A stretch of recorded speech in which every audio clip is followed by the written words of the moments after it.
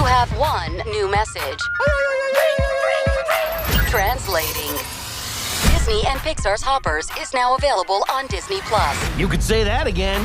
Critics are calling it Pixar's funniest movie ever and a wildly entertaining ride. Blizzard Potato. It's certified fresh and verified hot. Now we party.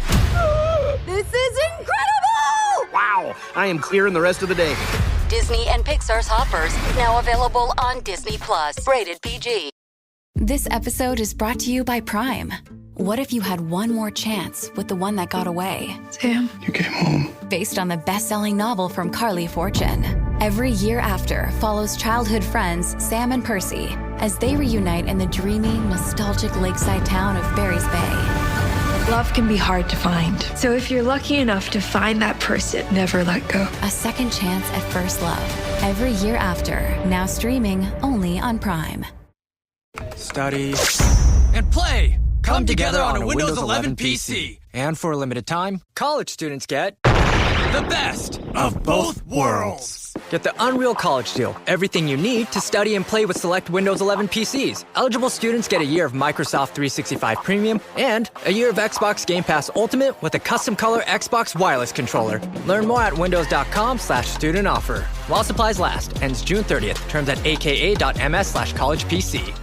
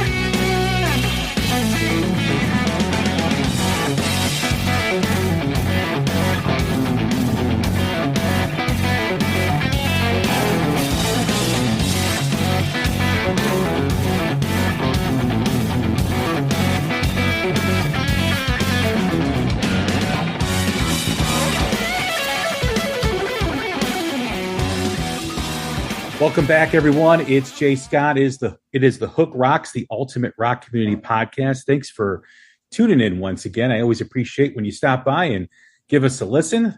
We are part of the Pantheon podcast platform, so there's a great music podcast for everyone's music taste on the Pantheon podcast platform. You can check out my friends like Vinny Appice and Carmen Apice on the Hanging and Banging podcast, Tom and Zeus on the Kiss podcast, Shout Out Loudcast, Mistress Carrie, the legendary DJ out in Boston, Martin Popoff, the rock historian, Mac on the Ugly American Werewolf in London podcast, as well as Aaron and Chris on Decibel Geek. So check out all those and more.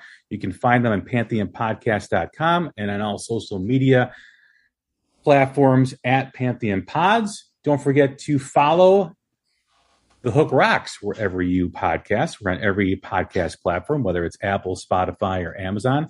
And check out our social media pages on Instagram, Twitter, and Facebook at The Hook Rocks. Don't forget to set your app to automatic download so you get the latest episode right to your phone.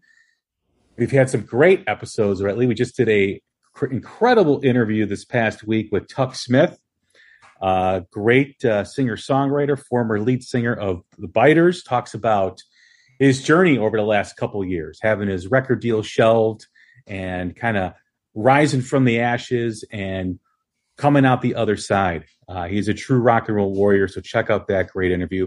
Check out some other great stuff we've done recently, our live album review of UFO's Strangers in the Night, some great new music spotlights with bands like The Warning, Band Inc., Ignescent, and many others. So check out all those as well.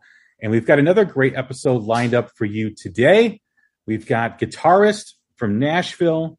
He's going to talk about his little weekend getaway with his guitar and many of his followers, and playing guitar and learning guitar and all that stuff that goes into it. I'd like to welcome in Andy Wood. What's happening? What's happening, Jay? How are you, dude? I'm doing well. Thanks for doing this. I appreciate having you on. Yeah, man. Glad to be here. So we always start the same way every time we have a first-time guest on the show. We start with the same first question. That's really the essence of the podcast. And just like every rock song has a hook that sucks you in, pulls you in, every rock fan has a moment, whether it's a album, band, performance, or song. What was it for you in terms of what hooked you on rock and roll? I mean, it was I love to say it like this. It was an immigrant kid with a homemade guitar, and in late 70s and 78, he just reinvented the world with a little thing called Eruption. And that hooked it for me, man. Like when I heard that, I grew up as a bluegrass kid playing a lot of mandolin, and I got into electric guitar kind of through the Nashville Telecaster chicken picking thing. And for any of our listeners that are guitar fans may not know that genre, it's actually really similar to metal in the elite technical facility that it takes to execute that style of music, right? So that's how I got to electric guitar, and a friend of mine made me a mixtape, and it had all of the things that I should know as an electric guitar player that I'd never heard before. We're talking Racer X, Steve Morse and the Dixie Dregs, Eric Johnson's Cliffs of Dover, Steve Vai, Passion and Warfare, and of course, the mighty Van Halen.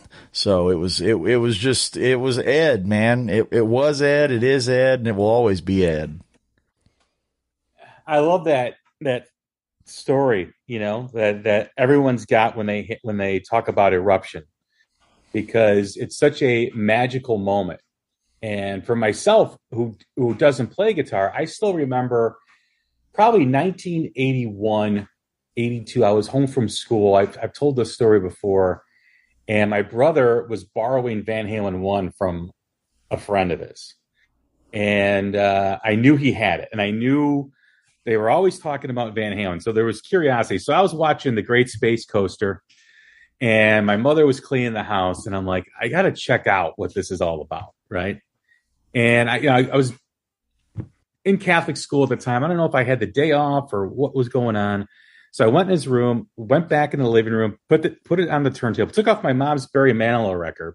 Sure. Put on Van Halen, and I knew instinctively to put in headphones, because I knew, my mother would probably not like what I was listening to. Yeah, so right. I put the headphones on, I laid back on the floor, put my feet up on like the furniture that the stereo is on, and I heard Running with the Devil. And I'm like, wow, this is, I'm Catholic school. This is scandalous, right? Yeah, I'm not supposed to be listening to this thing.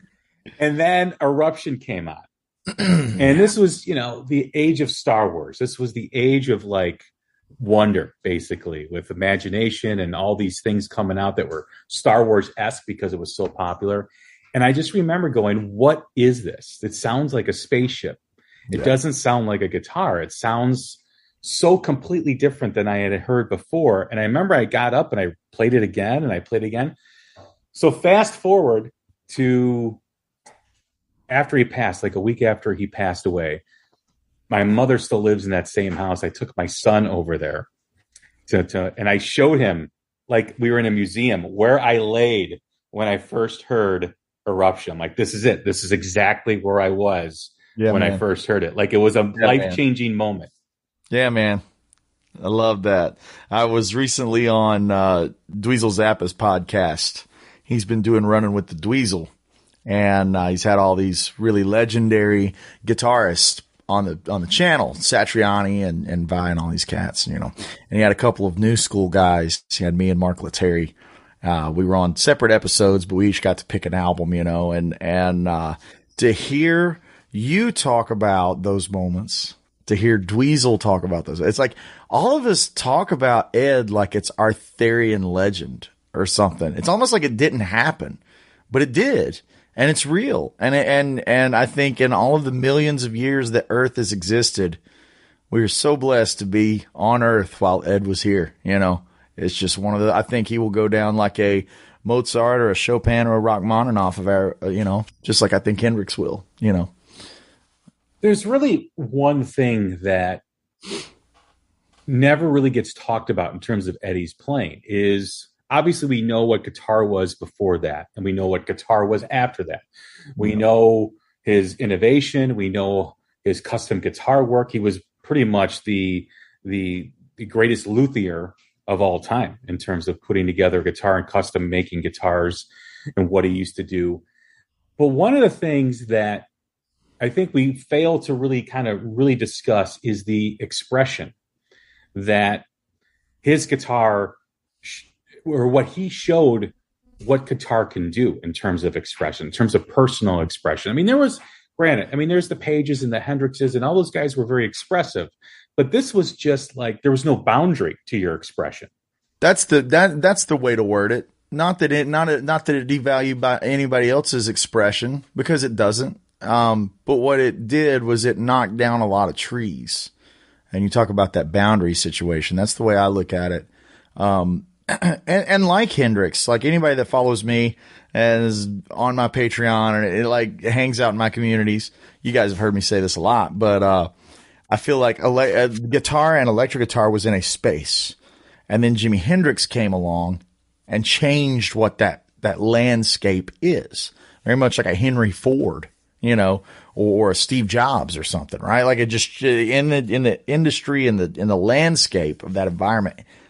Once Hendrix happened, everybody's like, oh, well, this is how you do it. And even though guys came after Hendrix and pushed things in different directions and things went off on offshoots, it still was like, okay, we're doing it from this launch pad. And Ed came in and built a new launch pad. And I know this is kind of a hot take, controversial, but I don't think that we've had that kind of player since Ed.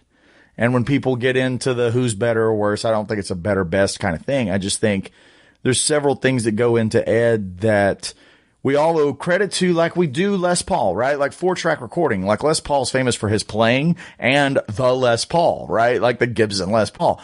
But he brought 4-track recording to the industry, okay? Like Eddie Van Halen, if anybody's watching this, you can see all these high gain amplifiers behind me. There was no such thing, like from an engineering standpoint.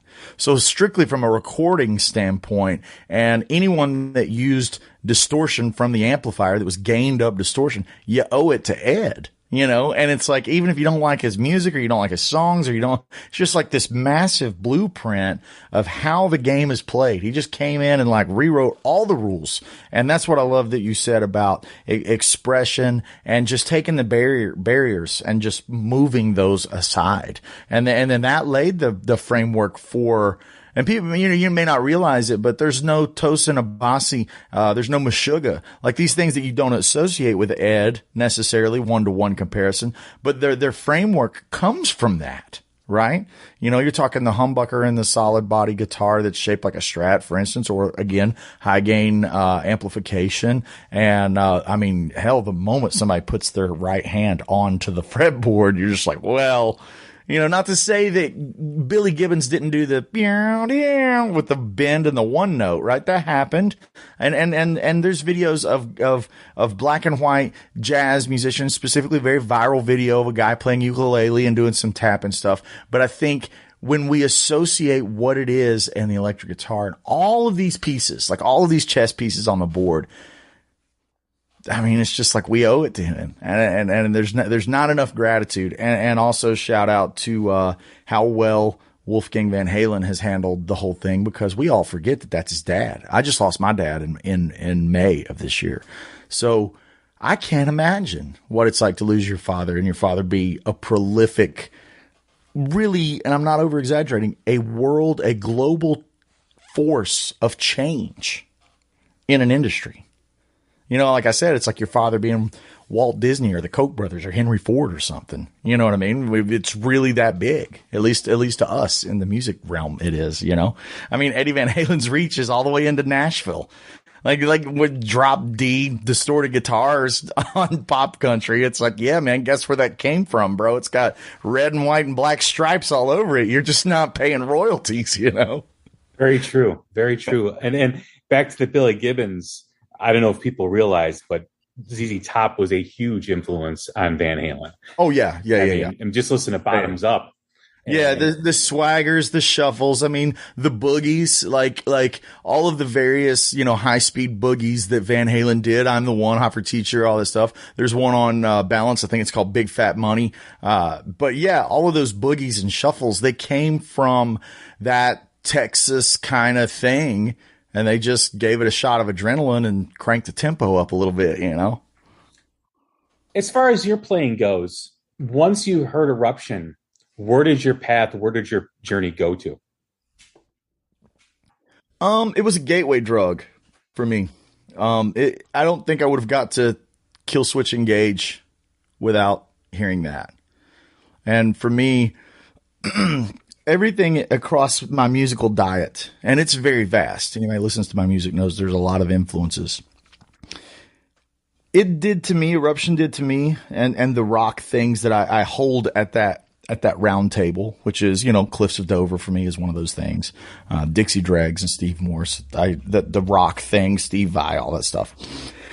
I hold that at a round table that sits right next to Schofield and Charlie Parker and George Benson. And that round table, it's like a cafeteria. It's like a lunchroom full of these round tables. And I got Guthrie Govan and Sean Lane, those fusion monsters, Brent Mason and Albert Lee and these ferocious telly chicken pickers, and there's banjo players like Bela Fleck, Noam McKinley, and of course there's things that people don't expect, like opera, like Pavarotti and Nessun Dorma and all these kind of things that I hold in a high regard.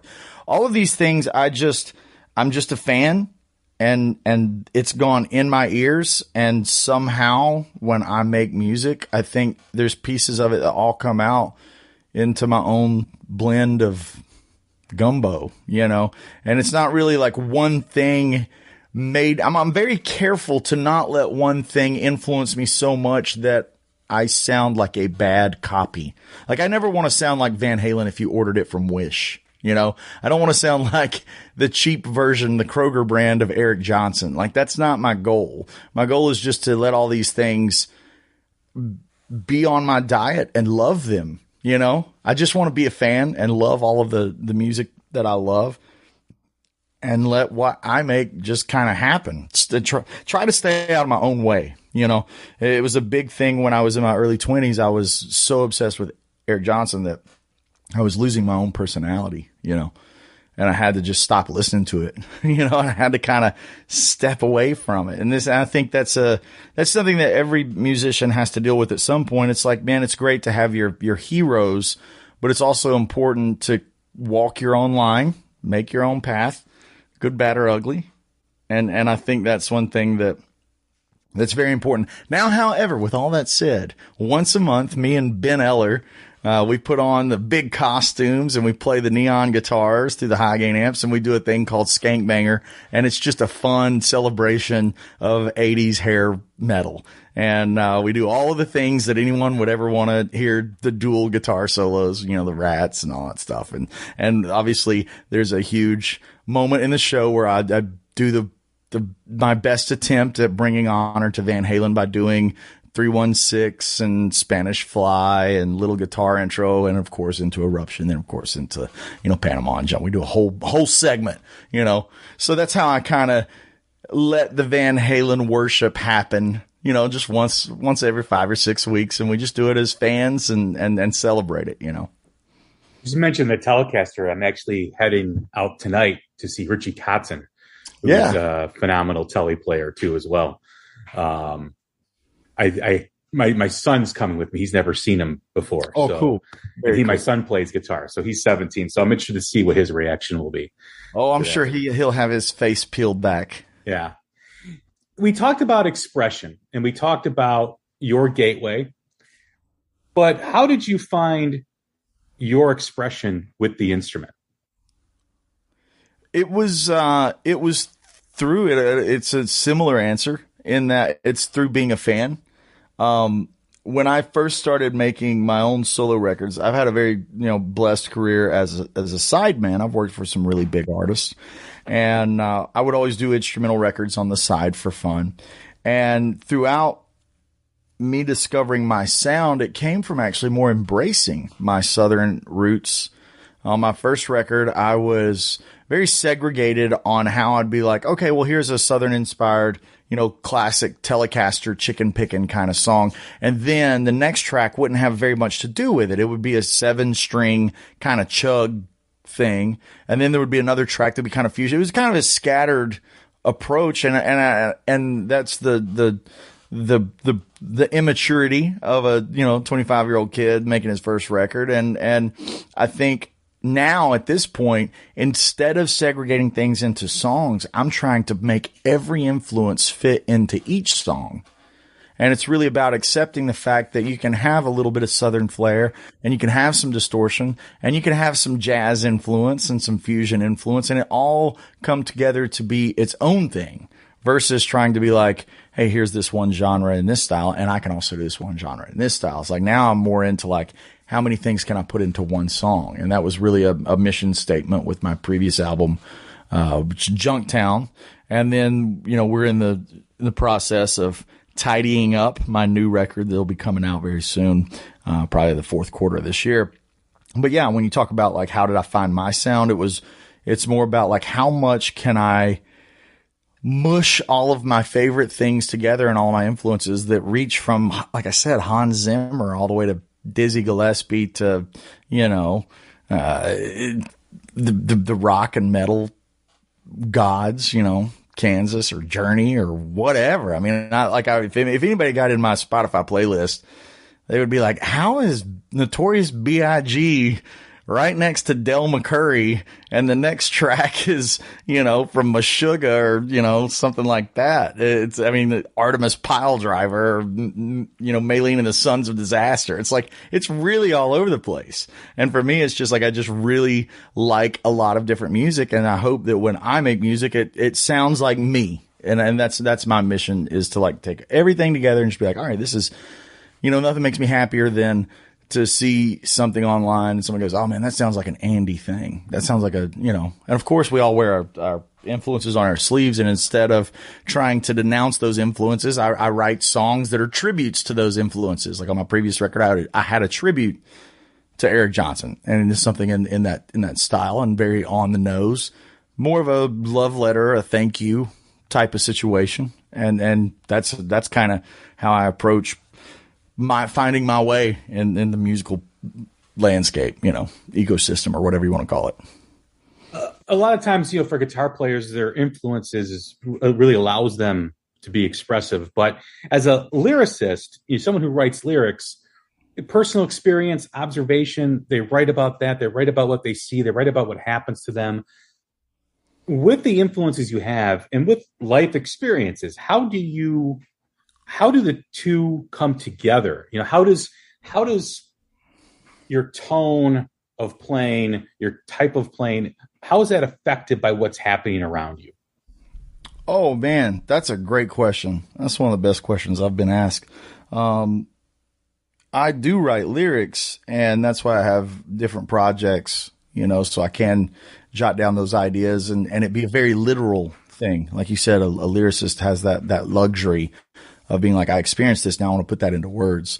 But to look at it from a sonic standpoint, right, without grammar and semantics and all these things, when I've had heartbreak or anger or sadness, I can always tell in the tones that I lean into. Usually darker tones. By that, I mean literally darker, like not as bright, and our EQ nerds. Like I start shaving things after 6K. I want things to sound very dark. They also get, I equate sadness in my playing with a lot of, echo and reverb and delays and things like that. Like that open space that a reverb or a room ambience has. That equates to a sadness to me. And that's one of the tools that I use. Anger to me usually leans into some additional effect. We've gotten to the point in 2022 where distorted guitars no longer sound angry to me.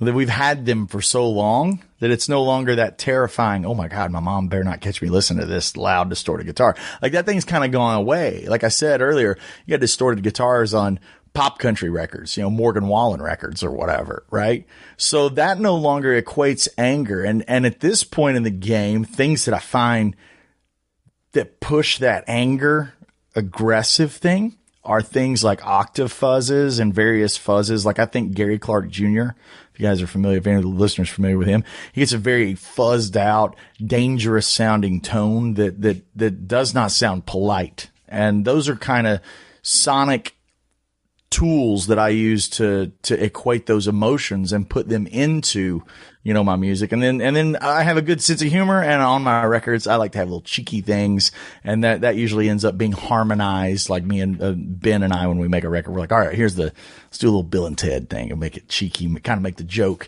exclamation point on the sense of humor, so I'm always looking I look down right next to me, I've got my pedal board and stuff, and like what's on there that equates the anger. And lately, I've never really used a wah in my career a whole lot for my solo stuff. And on this record, I'm reaching into that a little bit because it just sounds a little more dangerous. I've been listening to, thanks to that Woodstock documentary on Netflix, I've been revisiting the mighty Rage Against the Machine and Alice in Chains and all of these types of artists and Korn and stuff. And like, just taking a mental note of like, man, when this came out, this was the most terrifying thing on the planet. And I think that's what happened coming out of the 80s spandex season into Nirvana. The tones weren't polite. It was very much like a Big Muff into a Twin, which is a very ratty, dangerous, falling apart kind of sound, versus the sound of a Dan Huff or Reb Beach, which is very slick and polished, right? So it was like that thing equates anger. And I think we're getting there again, because metal to me is, in this environment of 2022, there's players like Jason Richardson and Tosin Abasi and guys that I call friends and Per Nilsson and stuff. The tones are so tight and so clean. I don't mean like without distortion. I just mean they're so tight and precise that when I hear that, it no longer sounds scary. It sounds almost like like art. It's so tight, it's almost like sci-fi. So things that sound scary and dangerous to me are those looser, gross, like I said, like Gary Clark Jr. fuzzed out kind of thing. That sounds really scary. And listening to isolated guitar tracks from those Alice in Chains records, listening to, Tom Morello and how he painted that image with a not polished tone. That sounds really dangerous to me, and so that's kind of like how I'm looking at that. But that's a great question. Like, how do you take those emotions and put them into instrumental music, What's easier for you to find that expression, to find that voice? Is it sadness? Is it anger? When you have those feelings and you have these surroundings, is it easier for you to find those a sad expression in your playing, or an anger? Or is it equal to both? It's just finding that groove that you need to find. It's really just like when you have whatever you experience in a day, you go to the guitar much like you just go to the well and hope that when you pick it up, it comes out. Some days it doesn't come out. Some days it does. The hardest thing for me, I've had a very hard year. I've lost my granddad, who got me started playing music, and my father within the same year. Or within, 12 and a half months of each other. So, there's been a lot of swirling emotions around that, especially my granddad. And, it took me, I still haven't played his fiddle. He was a fiddle player, and I still haven't played it. But I just recently started playing his D45. I had got him a D45, at one point, and, as a gift, and he had it, until he passed. And when I got it back, it stayed in the case for weeks. I couldn't stand the thought of holding it. So when I talk about like going to the well and seeing if it's there, that was a big old waterfall, and it took a long time just to open the lid of the case up, and it took even longer to pull it out, then see what came out of the instrument, But Because at some point, the subconscious, I think any of our friends out there that are listening that are musicians, you'll know what I'm talking about when I say there is a point where you're not really playing. You just pick it up and just see where the fingers fall, and that's what you're talking about when you ask about how do you lasso those emotions and funnel them, right? That's kind of the thing. So it's been a tough year, and I don't know if that's going to translate in this record or not, but we'll see. We'll all see when it's done. Obviously compound that with 3 years of not touring from COVID or whatever, 2.5 years.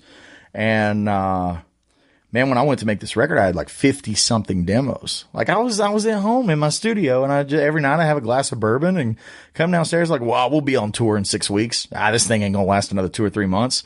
Dude, 2 years later, I was just like, what am I going to do with all this music? I've been just kind of thinking that I'll be back on the road in 3 weeks. But those are the emotions. I love that question, and I hate to ramble, but here's another point on that question is when I was down here, I would just not let myself get into production mode. Let me clarify on what that means. When one makes a record, they can easily get in there and get to tuning everything perfectly and put in the perfect, tones and timing everything and laying it out. That's a very long process. And sometimes I would spend all this time on a process only to get done with the song and be like, I don't really like that melody. So now I've got this really great produced thing that sounds great, but I just don't like the core idea, right? So over the course of COVID, I had one rule. You're not allowed to tune the guitar except tune it to itself, right? So pick up the guitar, tune it to where it's in tune with itself, and then track something. You're not allowed to go back and overdub and fix any flubs or, if it's a rough take of the idea and that's the idea, there it lies. And I learned through this process that there was a much more beneficial creative process and it translated what you're talking about in a lot more honest aspect. Cause I could hear the emotion and I could hear those feelings. And then I could be like, I like this song cause it's got a sense of humor. And I was using the term, I like this song. Okay. As a guitar player previously, I'd be like, ooh, this solo is so hot, man. All my friends are going to all my peers are going to really like how hot this solo is. And I was making music from a standpoint of trying to impress people with technical facility versus making music it needs to be a little selfish sometimes. Do I like this? I'm the one making it. Do I like it? You know what I mean? So all of that is related. And I think it took being home for 2 years and not being allowed to be on the road.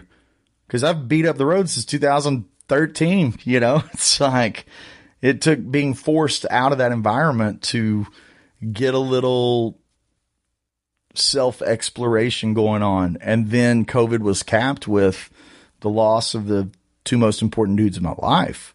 So it was all of the emotions, and it still is, man. I played a bluegrass gig. We played a private event last night, and I had some really stud players from Nashville come in. And it was emotional. I haven't played that style of music out since I lost my granddad, It is emotional. That, all of that goes together.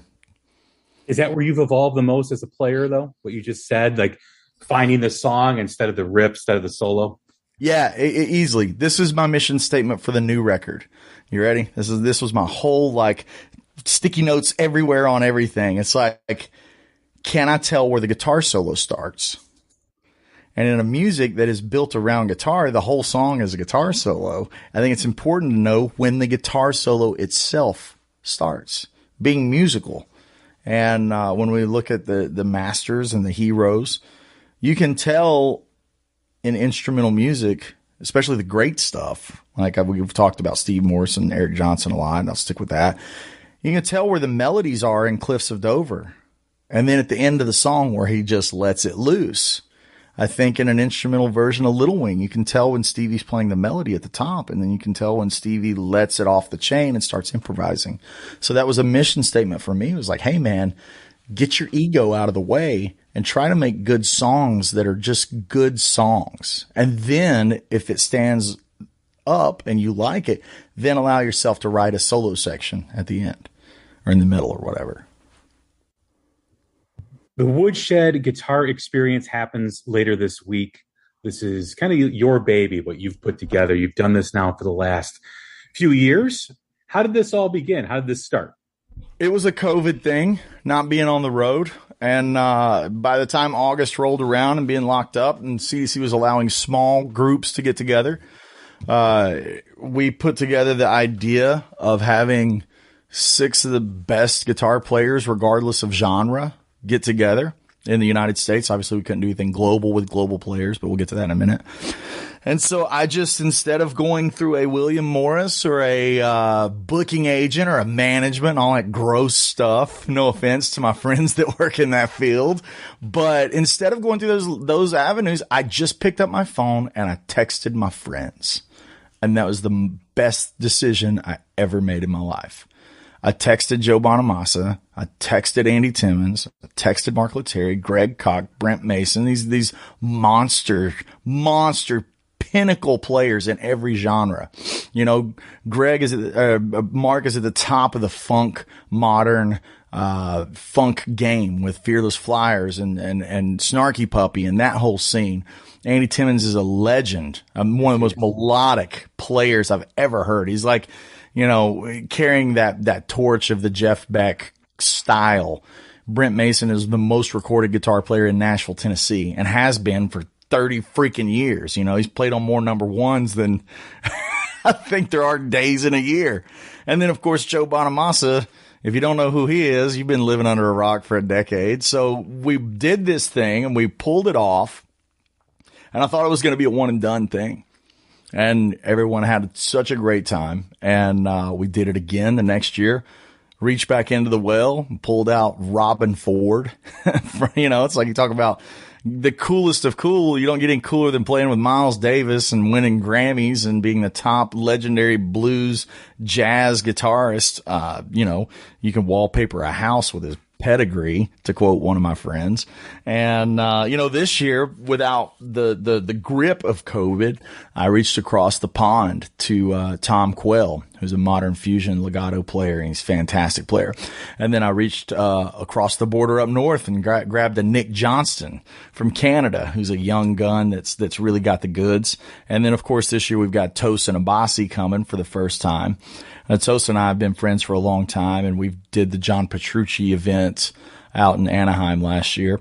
And who else is a newcomer this year? Guthrie Trapp, another Nashville telly kind of slinger. And yeah, we're to just encapsulate what the event is. I think people might be saying, well, what is this thing? It's 4 days and 3 nights. We have a lakefront property with 4 stages, one of which is a big stage where we fly like a line array PA and have truss and lights and everything. The other stages are satellite stages. It's a VIP only style of event.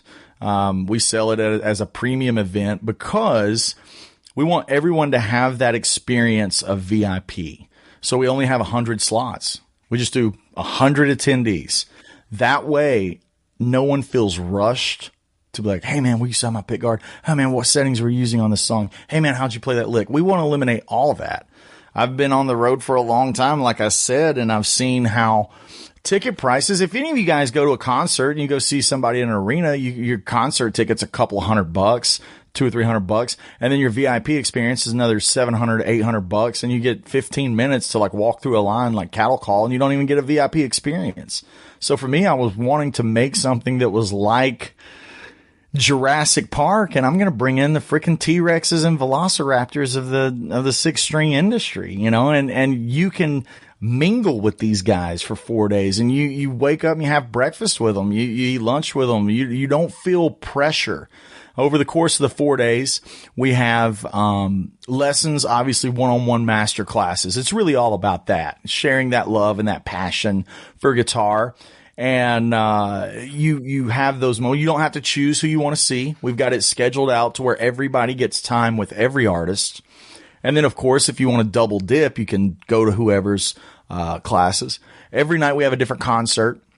And it's a full concert. It's not like with backing tracks and iPads. I bring in a house band of I mean, my drummer is Jim Riley, and he's been on the cover of Modern Drummer 4 or 5 times. He does his own clinics, and that's our house drummer. You know what I mean? So like the band is outstanding, top tier musicianship. So we do full concerts every night. And then after that, when the concerts are over around 10 p.m., you jam. And we all jam together. And one of the highlights for me was Mark Lettieri last year. You're talking about the leading, Grammy nominated funk soul guitar player, Mark Lettieri. And he's like, I want to play bass all night long. And I want to play Metallica songs and Motley Crue songs. And it's this thing that you can't get anywhere else in the world. And, I'll give you a couple of really great moments from it. Year 1 was Bonamassa. And Joe, for those that know, has a very extensive guitar collection and pieces that range $400,000 or $500,000, instruments. He comes in with one of his 1959 Les Paul Bursts. This is a 6-figure guitar, $300,000 guitar, whatever, and a Dumble amplifier. Stuff that nobody gets to see. And he's like, Andy, I don't do this kind of thing. Like, what am I supposed to talk about? I said, just sit there and be Joe Bonamassa. Like, I do not care. These people do not, just whatever comes to you. And so he has a micro cube, little practice amp. He sets it down next to him. And his whole message was about how you as a person control the tone, the sustain. Like, we get into the mindset you need to buy more stuff. You buy the guitar, buy the amp that's going to give you more sustain and all this stuff. So he had every camper come up and they got to play his $300,000 59 burst through his Dumble. And he just took their guitar and played through the micro cube. And you see how much the sustain is there? He's like, it's all in how you're, and then he, instead of it being a thing where it's like, I've got this trick and you can't do it. He was like, look how I'm doing it. This is where the magic is, and having those moments throughout the event. It's that stuff that's truly life changing, that I'm sitting here talking to you about a podcast. Like, I couldn't believe what I was seeing, and I really wanted to make the event into something that 21-year-old me would have sold a kidney to go to. Like, and so my whole passion about the project is like, build the thing that I love, invite the players that I love, and create the thing that I would want to go to. Because at some point, it's all got to come from a fact, like I said, of making music. Do you like it yourself? Well, if you don't like it, how do you expect anybody else to like it? You're not even proud of it, And here I am, like, I'm glowing. I never thought that I would be into this type of thing. I never thought that this would be something that I would be into, because I love playing live. But cultivating this and putting it together, it's the best 4 days of the year for me, because I just get to watch people's faces light up the moment their favorite guitar player starts talking about the thing that they like. Watching Andy Timmons in the small class do Bohemian Rhapsody by himself and watching people cry. I was like, yeah, man, because there's only 10 of you in this room and you're getting this. Like, that's something you cannot get. We just build a thing that it doesn't exist anywhere else. Andy Timmons is an absolute beast. He is, I think people for a while disregarded him because of the Danger connection. But once you hear his solo stuff, once you hear him play, it's out of this world. And the Bonamassa story you tell reminds me of the story that Nugent tells about Eddie Van Halen, where they were at a festival together. I know the one. Like them. Yeah, where Nugent grabs Eddie Van Halen's guitar or whatever. And he's like, how come that doesn't sound like you? And Eddie's like, because you're not me. You're not me. Yeah. The story is in one of those interview books that I got. I got a book with all the various interviews, and he talks about Ted's like mad about it because the guitar's like squealing and feeding back, and he can barely like wrangle it, and then he just hands it to Ed, and it's like, what just happened? It's like, well, there you go. That's the secret. Yeah. Yeah. You can find more information on the website, woodshedguitarexperience.com. It is in Nashville, in Tennessee. It starts the 25th. So if you're interested, you're still on the fence. Is there tickets still available? We have a few tickets available. And if you are listening from this podcast, I'm going to get hell for what I'm about to say. But if you're listening to this podcast, we have a few slots available, and we would love to have you. When you email Brady, say, I want to get the Andy Woods special discount. and she will slide you a little bit of a discount for this podcast only. So if you're on the fence and you want to join us, like I said, we don't have many slots left. And I haven't checked up. We may be sold out by Tuesday. I don't know. Maybe sold out tomorrow. But as of right now, we've got a few spots left, and we would love to have you. It's really a special event, and we've got some first timers. Like I said, we haven't had Tosin and Nick Johnston and Guthrie Trapp before, so it's going to be even more of those holy crap moments. Based on what you're telling me about this thing, this was kind of created and spawned out of the pandemic, right? I mean, it was kind of like by accident. It was total by accident. I was teaching. So I have a rule where I don't teach kids. I'm a very calloused kind of person when it comes to learning the instrument. My granddad taught me and my cousin, and he had no nepotism. When something was played incorrectly, there was no, hey, that's a great job. It's like, no, that's wrong. Not here to hold your hand. I'm here to teach you how to do this, And so I got talked into teaching a friend of mine, and now I'm really glad I did. He was 11 at the time, and his father approached me about the idea. And his father's an Olympian, gymnastic Olympian. And so he does camps based on that, right? They do gymnastics camp, P9X, whatever that stuff is, and does all that kind of stuff. And he approached me. He's like, what would it take for you to be the face of this and do one of these? And I said, no. And he finally says, well, what would it take? What would it take? I said, I choose the roster. And I thought that would be a thing that'd make him not bother me anymore, Just because that's such a loaded thing. You just don't hand the keys to the budget, over to somebody. And he said, no problem. Let's do it. Who do you want? And so I just got on the phone and started calling my buddies. And I said, look, we're going to do this thing. It's going to be rad. And it's also important to know that it's a passion thing. It's not a wank fest. It's not a get up there and everybody trying to cut each other's heads off, in a competitive thing. It's a celebration. And that's why I purposely bring in guys from so many different genres, because it's like guitar spans far more than any one style of music. And I want people that love guitar that have never heard country guitar, and they think that they don't like country guitar. The moment you hear Brent Mason, you're like, yeah, dude, I like that. Very much like what you said about Andy Timmons. It's like, you may think you know what somebody's about until you witness it in person. And then it's one of those life-changing events where you're just like, holy cow, get on any YouTube, get on any video. There's a bunch of negative comments about anything, but until you're in the room with those things, you're just like, oh yeah, this is awesome, but it's a celebration of music, and it's a communal thing, and it's a thing where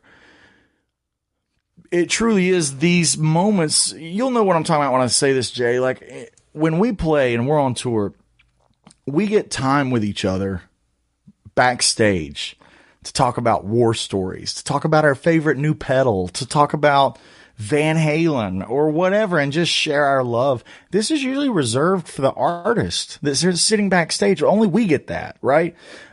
I thought, why can't we make a thing where a select few people, like 100 people, can get that, and hear Robin Ford talk about what it was like being hired by Miles Davis. It's like, that's a story that doesn't get told. And there's a lot of things that don't get told on podcasts, or you run out of time. There's not enough time in the day, right? Well, when you have 4 days with these folks, it becomes a totally different game. It's a lot like when you think about, I don't know what to draw a comparison to, really, like maybe doing like a spring training type of event. If your kid's in little league and he gets to go spend a week with the Cubs or something, like it's like that, because we've got literally the best players on the planet at this thing. And every year it just gets crazier and crazier. And, my rule still stands, like 100 people. That's it. Because once you open up the lid and you've got 500 people there, it's no longer VIP, no matter how much you say it is. There's just a hard fact there, Yeah, it loses its intimacy. It does. And that is the magic. That's what we sell, is that personal one-on-one time where you're not just ran through a cattle call of like, hey, get your thing signed and get out of here. Don't take pictures of the artist. Like I said, man, we want it to be like Jurassic Park and pet the dinosaurs, whatever you want to call that, Well, it sounds like a guitar player. By the way, don't pet the guitar players. Nobody likes that. Yeah. That's a little uncomfortable. We don't sell that. Right. But it sounds like a guitar player's dream. I mean, sit in a room, hearing stories, learning things, hearing a different perspective, because that's one of the great things about music in general. To pick an instrument, drummer, bass, guitar, piano, singing, everyone has a different approach. Everybody has a different perspective. Some are similar, but nothing is the same. It's like fingerprints. Everybody kind of has their own uniqueness about them.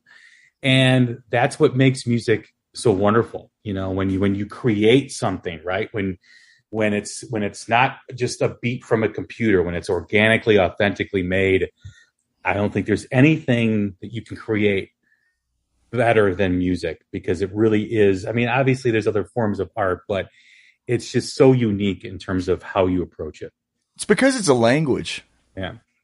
I really believe that. Like, music is a language. If I were to go to Tokyo with my band tomorrow, place none of us speak Japanese, right? If we go to Tokyo tomorrow and we start playing music, we can communicate with people through that music. We can see smiles light up, or we can see thumbs down and boos, whichever emotion we get, we are communicating. And art and other mediums, they're not that instant. One has to paint. One has to sculpt. It takes a time. And not saying it doesn't take time to practice and learn the songs, but the moment you play a song, you can instantly see that reaction. And if I play a note and it's got like a lot of feedback and it's real angry, I can see eyes get big. Or if I play something really small and delicate, you can hear the energy in the room get like that whisper thing. It's a language. Music is powerful because of it's truly a universal global language. Andy, it's been a blast, man. I've really enjoyed this conversation. Man, thanks for having me and letting me kind of ramble for you.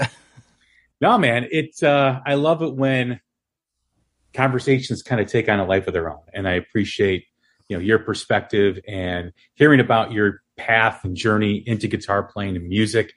And, yeah, man, it's been a joy. Awesome, man. Thanks for having me. For those that missed it, check out the Woodshed Guitar Experience. You can find more information on the internet at woodshedguitarexperience.com. Again, guitar phenom Andy Wood presents the 3rd annual Woodshed Guitar Experience, taking place this August 25th through August 28th. It's in Crossville, Tennessee. And, man, go take part in this. If you love guitar and you're looking for something to do this weekend, this is the place to be. So I'm Jay Scott. This is The Hook Rocks. Thanks for tuning in. Take care of each other. We'll talk soon. Thanks.